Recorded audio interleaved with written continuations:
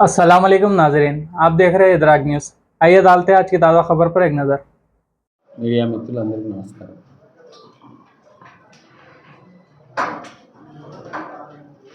మేము అధికారంలోకి వచ్చి సంవత్సరం మీద 2 నెలలు దాదాపుగా కావస్తా ఉంది. మా పాలనకు బీఆర్ఎస్ పార్టీ పాలనకు తేడా ఏంది అనేది అన్ని రంగాల్లో కూడా స్పష్టంగా ప్రజలకు అర్థమవుతా ఉంది. కేవలం కేటీఆర్కు కల్వకుంట్ల కుటుంబానికి తప్ప మొత్తం తెలంగాణ ప్రజానీకానికి ప్రజల కోసం పనిచేసే ప్రభుత్వం ఇది.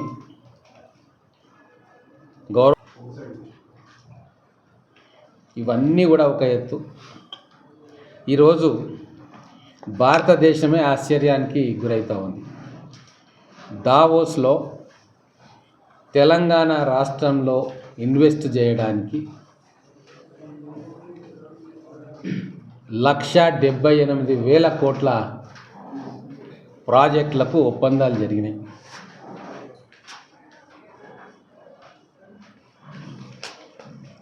చాలామంది భ్రమపడతా ఉంటారు, కేటీఆర్ చాలా పోటుగాడు, మొనగాడు, ఏమో చేసిండు హైదరాబాదును, ఏమో చేసిండు తెలంగాణ. వాళ్ళు ట్విట్టర్లలో పోటుగాళ్ళు, మొనగాళ్ళు. ఈరోజు స్పష్టంగా 2018 నుంచి 2023 దాకా వాళ్ళు తెచ్చిన ఇన్వెస్ట్మెంట్ ఎంత? 25,000 కోట్ల 750 రూపాయలు మాత్రమే. కానీ మా ప్రభుత్వం వచ్చింది, మేము 2 పర్యాయాలు మా ముఖ్యమంత్రి గారు దావోస్కు పోయిండ్రు. ఈరోజు సంవత్సరం 2 నెలల్లో గత సంవత్సరంది ఈ సంవత్సరంది కలుపుకుంటే 2,19,182 కోట్ల రూపాయల ఇన్వెస్ట్మెంట్స్ మేము తెలంగాణ ప్రభుత్వం ఎంఓయూ చేసుకుంది. ఎక్కడ 25,000, 9 సంవత్సరాల్లో ఎక్కడ 25,000, 2 సంవత్సరాల్లో ఎక్కడ 2,20,000. తెలంగాణ ప్రజలు అర్థం చేసుకోవాలని చెప్పి నేను కోరుతా ఉన్నా. విదేశీయానాల పేరు మీద మిత్ర బృందాన్ని వేసుకొని విహారయాత్రకు కేటీఆర్ పోయేది. ఎన్నిసార్లు విదేశీ యాత్ర చేసిండు కేటీఆర్, మరి ఎందుకో రాలేదు ఇన్వెస్ట్మెంట్? అంటే ఇక దోచుకున్న డబ్బును దాచుకోవడానికి విదేశీయానం పోయిందని చెప్పి ఇప్పుడు అందరూ అనుకుంటా ఉన్నారు. మొదటిసారి దావోస్ పోయినప్పుడు పేడ్ వారియర్ సోషల్ మీడియా బీఆర్ఎస్ ఎన్నో తప్పుడు రాతలు రాసింది. అయినా సరే 40,000 కోట్ల రూపాయలు తెచ్చుకున్నాం. అవన్నీ కూడా ఇమ్మీడియట్గా గ్రౌండింగ్ అవుతుండే. ఇప్పుడు కూడా ఆంధ్రప్రదేశ్ కంటే మహారాష్ట్ర కంటే ఎక్కువగా ఈరోజు తెలంగాణ రాష్ట్రంలో పెట్టుబడులు పెట్టడానికి ఎందుకు వస్తున్నారు అంటే, ఇక్కడ ఈ ప్రభుత్వము గౌరవ ముఖ్యమంత్రి గారు తీసుకుంటున్న నిర్ణయాలు పారదర్శకంగా, అవినీతి లేకుండా నిజాయితీగా మా ప్రజలకు ఇన్వెస్ట్మెంట్ ఇక్కడ పెట్టేయాలి, మా ప్రజలకు ఉద్యోగాల కల్పన జరగాలి అని ఒక నిజాయితీతో కూడిన ఆకాంక్ష మాలో ఉన్నది కాబట్టి మా ప్రభుత్వంలో అది అర్థం చేసుకున్నారు కాబట్టి వచ్చింది. ఇంగ్లీష్లో మాట్లాడి ఫ్యాషనబుల్గా డ్రెస్సులు వేసుకొని left right handsome boys and గర్ల్స్ని పెట్టుకుంటే ఇన్వెస్ట్మెంట్లు రావు. మా శ్రీధర్ బాబు గారు, మా రేవంత్ రెడ్డి గారు 24 గంటలు ఈ రాష్ట్రం శ్రేయస్సు కోసం తప్పిస్తున్నారు కాబట్టి అటువంటి పాలసీలు తీసుకొస్తున్నాం. ఒక 4th సిటీ అని చెప్పి మేము ఎస్టాబ్లిష్ చేసుకొని వచ్చిన వాళ్ళకి అక్కడ భూములు కేటాయించుకుంటూ వాళ్ళ కాన్ఫిడెన్స్ని గెయిన్ చేస్తూ ఉన్నాం. మీరు ఎందుకు చేయలేకపోయినరా పని అని చెప్పి ఈరోజు కల్వకుంట్ల కుటుంబాన్ని నేను ప్రశ్నిస్తూ ఉన్నాను. ఇంకో విచిత్రం, కేటీఆర్కో జబ్బు ఉంది, కొద్దిగా ఆగరా మగడా అంటే ఆగడు. ఈరోజు ఇట్లా ఫ్లాష్ రాగానే ట్విట్టర్లో ఏదో ఒకటి తెలిసి తెలియకుండా ఒకటి కొట్టేస్తాడు. కొద్దిగా ఆగితే నిదానంగా మంచా చెడ్డ అనే విచక్షణ వస్తుంది. ట్విట్టర్లో ఏం కొట్టిరు మీరు చూసిండ్రుగా. మెగా ఇంజనీరింగ్ కంపెనీ తోటి ఎంఓయూ చేయనీకే స్విట్జర్లాండ్ దాకా పోవాలా అని, హైదరాబాద్లో ఛాయ్ తీసి ఇరానీ ఛాయ్ తాగకుండా చేయొచ్చు కదా అని. ఆయనకు తెలిసిన పరిజ్ఞానం కది. మన కంపెనీలు కూడా ఇంటర్నేషనల్ కంపెనీలు అయినా ఇప్పుడు హైదరాబాదులో ఎంఓయూ చేసుకుంటే ప్రపంచానికి తెలియదు. ఇంటర్నేషనల్ బ్యాంకర్స్కి ఇంత పెద్ద ప్రాజెక్ట్స్ వీళ్ళు చేస్తున్నారన్న అవగాహన వాళ్ళకు ఉండదు. ఎక్కడైతే విదేశాలలో కూడా మన కంపెనీలు వ్యాపారాలు చేస్తూ ఉన్నాయో ఫారిన్ బ్యాంక్స్ తోటి టైఅప్స్ ఉంటాయి వాళ్ళకి, లోన్స్ కానీ మిగతావి. సో స్విట్జర్లాండ్ లాంటి వేదిక మీద వాళ్ళు ప్రాజెక్టులు అనౌన్స్ చేస్తే వాళ్ళ ఫండింగ్ ఈజీ అవుతుంది. ఇంకా ఈ 15,000 20,000 కోట్లు దేశీయ కంపెనీలు చేసేదాన్ని చూసి తెలంగాణలో ఇన్వెస్ట్మెంట్ అట్మాస్ఫియర్ అద్భుతంగా ఉంది అని చెప్పి గోడ మీద కూర్చున్న మల్టీనేషనల్ కంపెనీలు కూడా అగ్రిమెంట్లు చేసుకుంటాయి. ఆ ఇన్వెస్టర్ కాన్ఫిడెన్స్ పెరుగుతుంది. ఇది కూడా సోయలేదు కేటీఆర్కి. చిన్న పిల్లగానిలాగా మాట్లాడతాడు. అందుకే ఈరోజు ప్రత్యేకంగా 2,20,000 కోట్ల రూపాయల ఇన్వెస్ట్మెంట్స్ని కేవలం 14 నెలల్లోనే ఈ రాష్ట్రానికి తీసుకొచ్చిన ఘనత మన గౌరవ ముఖ్యమంత్రి రేవంత్ రెడ్డి గారిది. వారికి సహాయ సహకారాలు అందిస్తూ సిన్సియర్గా తన డ్యూటీని చేస్తున్న ఇండస్ట్రీ మంత్రి శ్రీధర్ బాబు గారిది, వాళ్ళ టీంది, మా కాంగ్రెస్ ప్రభుత్వాన్ని. ఈ ఇండస్ట్రీస్ రావడంతో రేపు రాబోయే 3-4 ఏళ్లలో గ్రౌండింగ్ అయితే 50,000 ఉద్యోగాలు మన పిల్లలకు దొరుకుతాయి. ఆ ఉద్యోగాలు హైదరాబాద్లో రావచ్చు, మహబూబ్ నగర్లో రావచ్చు, వరంగల్లో రావచ్చు, ఎక్కడైనా తెలంగాణ ప్రాంతంలో రావచ్చు. నాగర్ కర్నూల్లో కూడా పంప్డ్ స్టోరేజ్ ప్రాజెక్ట్ ఒకటి వస్తూ ఉంది. ఆ డీటెయిల్స్ అన్నీ కూడా ఉన్నాయి. ఆషామాషిగా మాటలు చెప్పట్లే. ఆయిల్ పామ్ ప్రాసెసింగ్ ప్లాంట్ యూనిలీవర్ది కామారెడ్డిలో, అజిలిటీ అని Telangana agritech hub, dry ports పెడతా ఉన్నాం.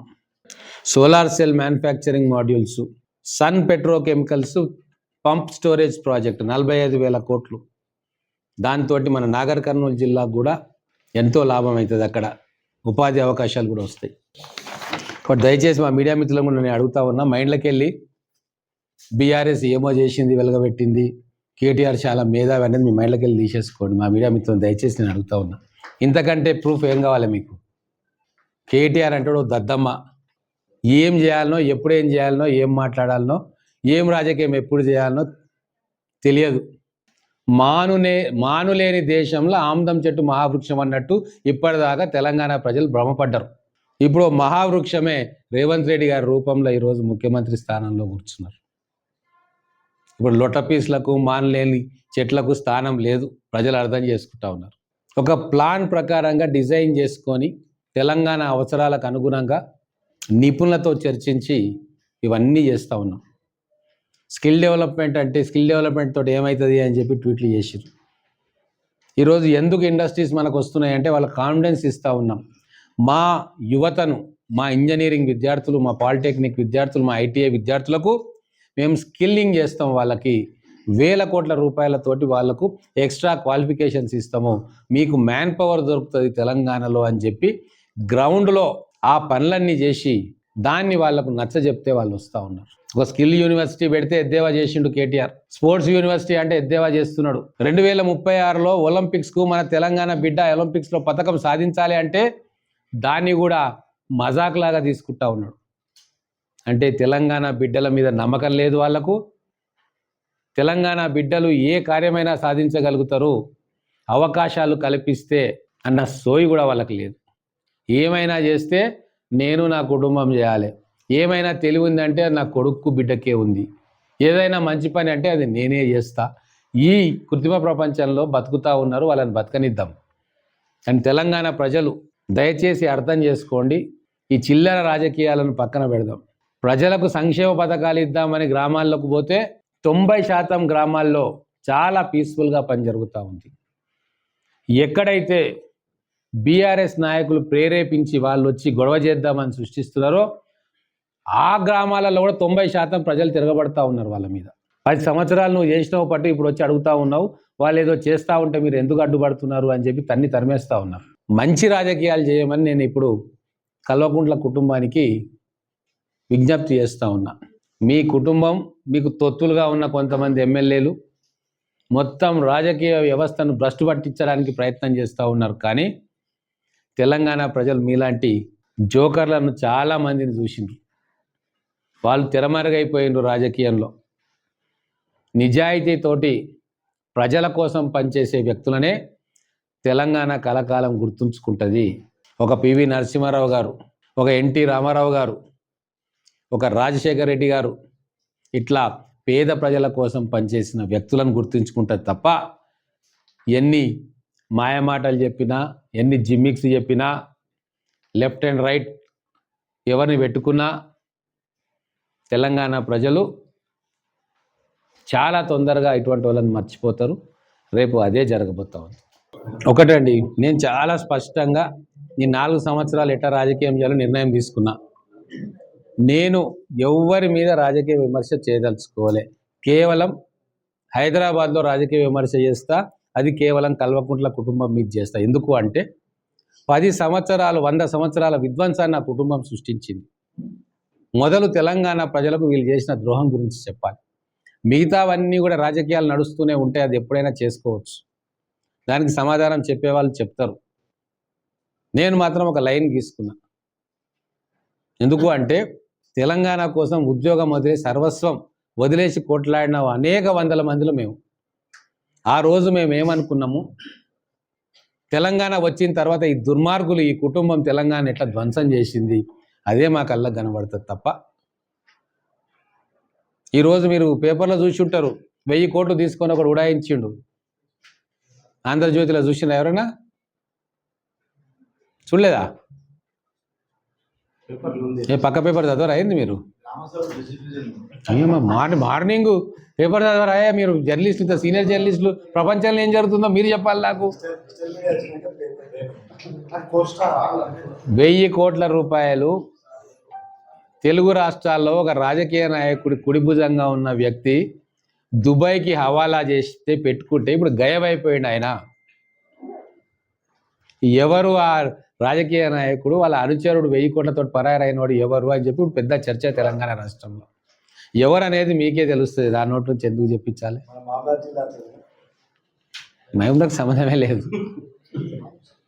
ఏది ఉన్నా ఈడ కల్వకుంట్ల కుటుంబంతో సంబంధం ఉంటుంది.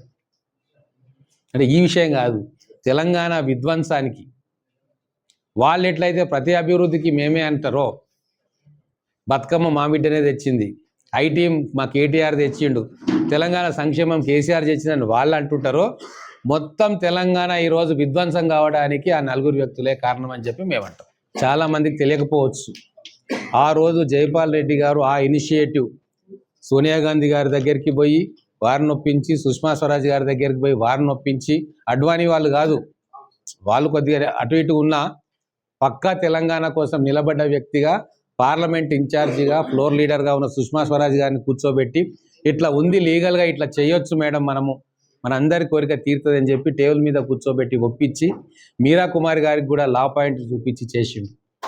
ఆ రోజు ఆ చెరువు ఆయన తీసుకోకుండా ఉంటే బహుశా తెలంగాణ కూడా వచ్చేది కాదు. అంటే మిగతావి ఏమన్నా ఉండని, కానీ ఆ ఒక్క పాయింట్ కోసం తెలంగాణ ప్రజలు ఆయనను గుర్తుపెట్టుకోవాలి. ముఖ్యంగా మహబూబ్ నగర్ బిడ్డ ఆ ఘనత సాధించినందుకు ఎవరు ఎన్ని ఉద్యమాలు చేసినా ఆఖరణ తెలంగాణ రాదేమో అన్నప్పుడు ఆయన చొరవ తీసుకొని ఆ తెలంగాణ సాధించినందుకు ఆ బిడ్డ పేరును మనం ఎప్పటికీ తలుచుకోవాలి. ఆయన పేరు దేనికి పెట్టినా కూడా పాలమూరు బిడ్డలు సంతోషపడాలి.